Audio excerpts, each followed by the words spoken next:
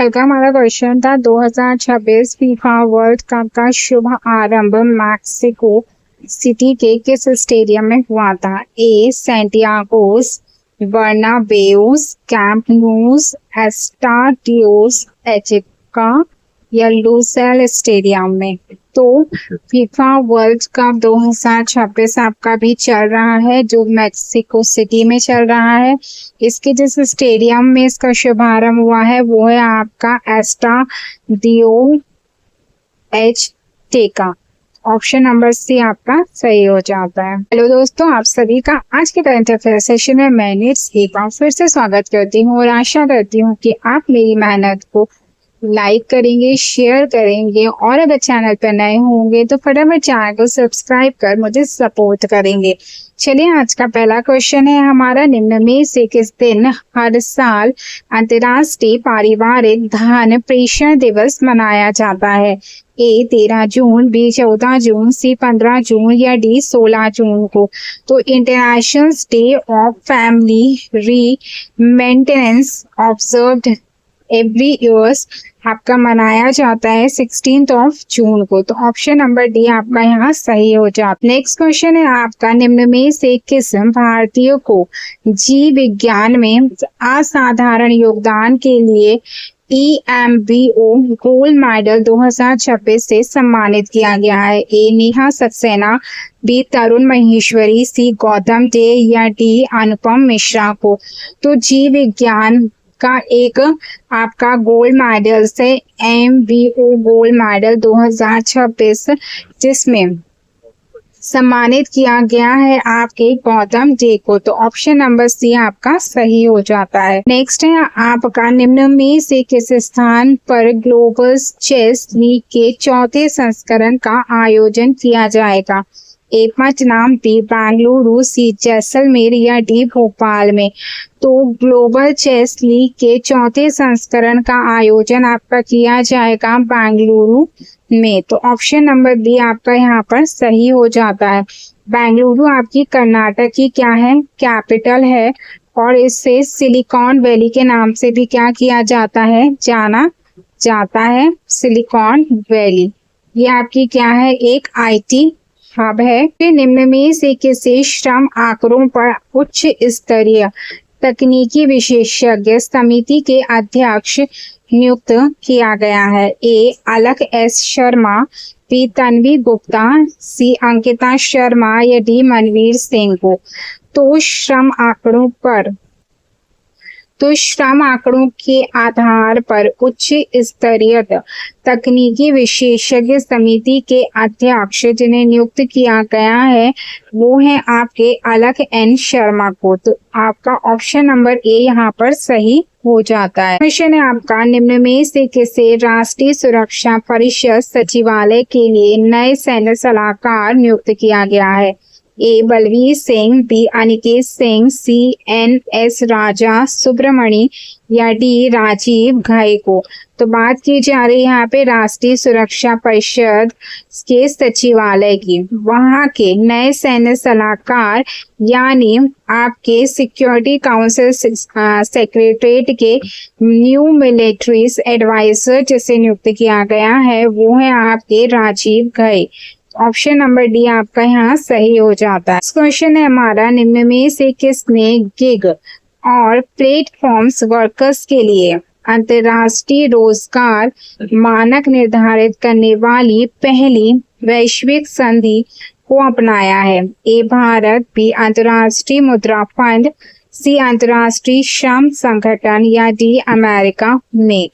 तो गिग और platform workers जो होते हैं उनके लिए अंतर्राष्ट्रीय रोजगार मानक निर्धारित करने के लिए पहली बार जिसने सौदे को अपनाया है वो है आपका अंतर्राष्ट्रीय श्रम संगठन ILO। ऑप्शन नंबर सी आपका सही हो जाता है। बात करें अगर हम अंतर्राष्ट्रीय श्रम संगठन ILO जिसको हम शॉर्ट में बोलते हैं इंटरनेशनल लेबर ऑर्गेनाइजेशन, इसका मुख्यालय आपका जिनेवा स्विट्जरलैंड में स्थित है तथा जिसकी स्थापना 1919 में की गई थी। ILO जो है संयुक्त राष्ट्र संघ की पहली विशिष्ट एजेंसी है। ये क्वेश्चन अक्सर हमसे एग्जाम में पूछा जाता है। 114वें अंतर्राष्ट्रीय श्रम सम्मेलन 2026 का आयोजन आपका जिनेवा स्विट्जरलैंड में किया गया है। गिग और प्लेटफॉर्म्स वर्कर्स के लिए अंतर्राष्ट्रीय रोजगार मानक निर्धारित करने वाली पहली वैश्विक संधि जिसके साथ हुई है वो है आपकी ILO द्वारा। वर्तमान में अगर यहाँ के महानिदेशक यानी डायरेक्टर जनरल की बात करें तो वो आपके गिलबर्ट एफ खुंगबो है। नेक्स्ट क्वेश्चन है आपका, निम्न में से कौन अत्यधिक जहरीले खरपतवार नाशक पैरास्क्वाट पर प्रतिबंध लगाने वाला भारत का तीसरा राज्य बन गया है? ए मध्य प्रदेश, बी तमिलनाडु, सी बिहार या डी तेलंगाना। तो अत्यधिक जहरीले खरपतवार पैरास्क्वाट, क्या नाम है आपका? पैराक्वाड नाम है इसका, उस पर प्रतिबंध लगाने वाला भारत का तीसरा राज्य की यहाँ पे बात कर रहा है जो आपका तेलंगाना बन गया है। तो ऑप्शन नंबर डी आपका यहाँ पर सही हो जाता है।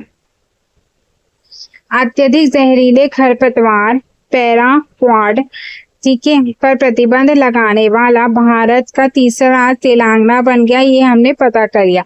पहला राज्य आपका केरल और दूसरा उड़ीसा है, ये भी हमें पता होना चाहिए। नेक्स्ट क्वेश्चन है आपका, मुख्य रूप से किस राज्य में महिलाओं और धरती की उर्वरता के सम्मान में राजा महोत्सव मनाया गया है?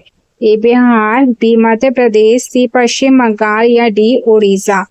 तो महिलाओं और धरती की उर्वरता के सम्मान में राजा महोत्सव मनाया गया है। ये याद रखिएगा, राजा महोत्सव किससे संबंधित है? तो महिलाओं और धरती की उर्वरता के सम्मान से संबंधित है और ये महोत्सव आपका मनाया गया है उड़ीसा के द्वारा। तो ऑप्शन नंबर डी आपका यहाँ सही हो जाता है। क्योंकि बात करें शोधकर्ताओं द्वारा निम्न में से किस राज्य में तितली की चोनाला एल्विस्ट्रिक्टा नामक एक नई प्रजाति खोजी गई है?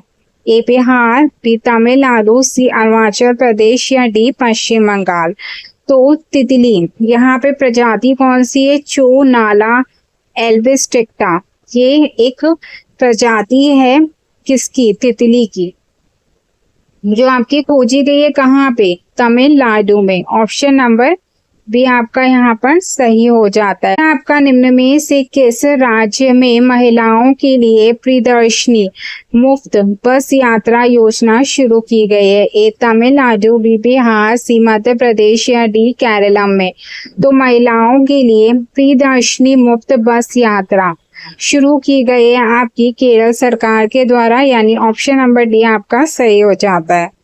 नेक्स्ट क्वेश्चन है आपका, स्लोवाकिया की यात्रा करने वाले प्रधानमंत्री नरेंद्र मोदी भारत के कौन से प्रधानमंत्री बन गए हैं? ए पहले, बी दूसरे, सी तीसरे, डी चौथे। तो बात की जा रही है स्लोवाकिया की, यहाँ पे प्रधानमंत्री नरेंद्र मोदी जी ने अभी अभी क्या की है? यात्रा की है और ये भारत के कौन से प्रधानमंत्री बन गए हैं? तो अभी तक भारत के कोई भी प्रधानमंत्री ने स्लोवाकिया की यात्रा नहीं की है, तो नरेंद्र मोदी जी हमारे पहले प्रधानमंत्री बन गए हैं देश की यात्रा करने वाले। ऑप्शन नंबर ए आपका सही हो जाता है।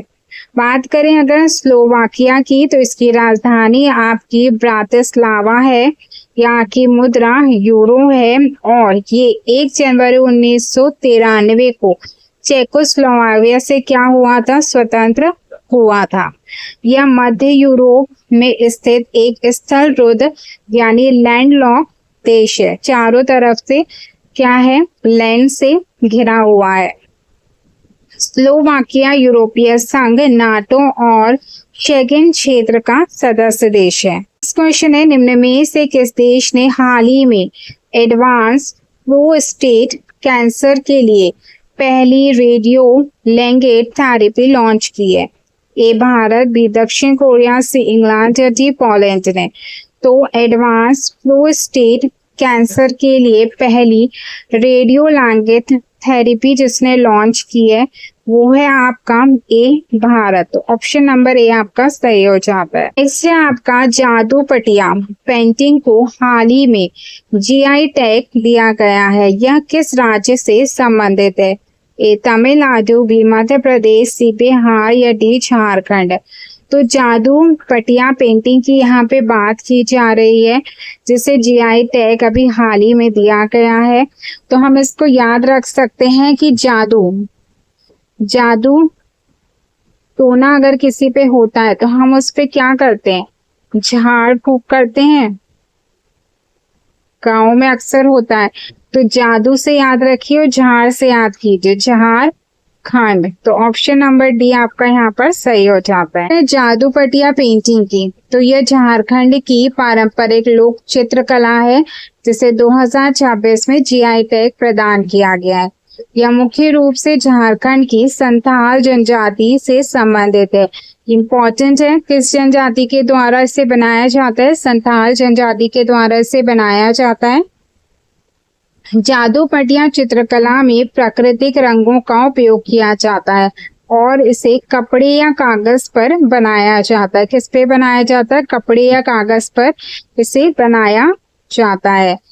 इस कला में सामाजिक, धार्मिक और पौराणिक कथाओं का चित्रण किया जाता है। क्वेश्चन है आपका 15 से 17 जून 2026 को फ्रांस में आयोजित 52वें G7 शिखर सम्मेलन में G7 देशों के नेताओं ने भाग लिया। निम्नलिखित में से कौन G7 का मुख्य सदस्य नहीं है? ए कनाडा, बी जापान, सी भारत या डी जर्मनी। तो G7 का जो शिखर सम्मेलन है वो आपका कहाँ पे हुआ है? 52वां फ्रांस में हुआ है। ठीक है, कौन सी डेट में हुआ? 15 से 17 जून में हुआ है। इसमें G7 की बात कर रहा है, यानी 7 देश इसमें शामिल हैं, जिसमें आपका भारत अभी तक इसमें शामिल नहीं है। तो ऑप्शन नंबर सी आपका सही हो जाता है। बात करें तो यूरोपीय संघ भी G7 बैठकों में भाग लेता है, लेकिन ये उसका सदस्य नहीं है। G7 की स्थापना 1975 में हुई थी। इसका मुख्यालय कोई भी स्थायी रूप से नहीं है।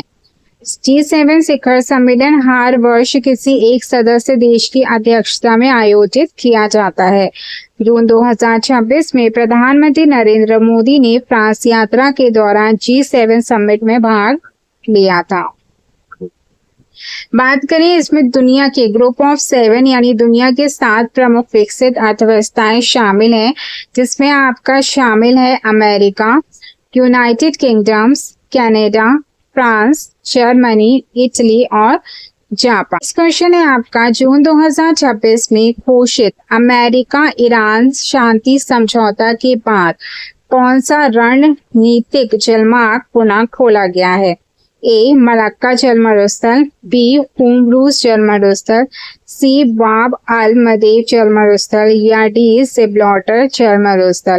तो अमेरिका और ईरान शांति समझौते के बाद जो जलमरुस्थल आपका खोला गया है वो है आपका सबसे ज्यादा चर्चाओं में इस साल रहने वाला हुर्मुज़ जलमरुस्थल। तो ऑप्शन नंबर बी आपका सही हो जाता है। बात करें अगर हम स्ट्रेट ऑफ हॉर्मुज़ की, तो ये फारस की खाड़ी और ओमान की खाड़ी और अरब सागर से जोड़ता है। ठीक है, यह विश्व का सबसे महत्वपूर्ण तेल व्यापार मार्ग है।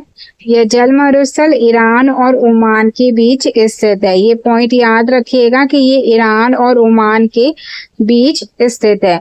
ईरान की राजधानी की बात करें तो ईरान की राजधानी आपकी तेहरान है, वहीं ओमान की राजधानी आपकी मस्कट है। ये भी आप याद रखिएगा। विश्व के लगभग 20% तेल और एलएनजी लिक्विड नेचुरल गैस का परिवहन इसी मार्ग से होता है। कितने प्रतिशत? 20%। आपका हुर्मुज़ जलमरुस्थल किन दो देशों के बीच स्थित है? ए सऊदी अरब या कतर, बी ईरान या ओमान, सी इराक या कुवैत या डी यूएई या बहरीन। क्वेश्चन आपके लिए है, देखते हैं क्या आप इसका आंसर कमेंट सेक्शन में कर सकते हैं।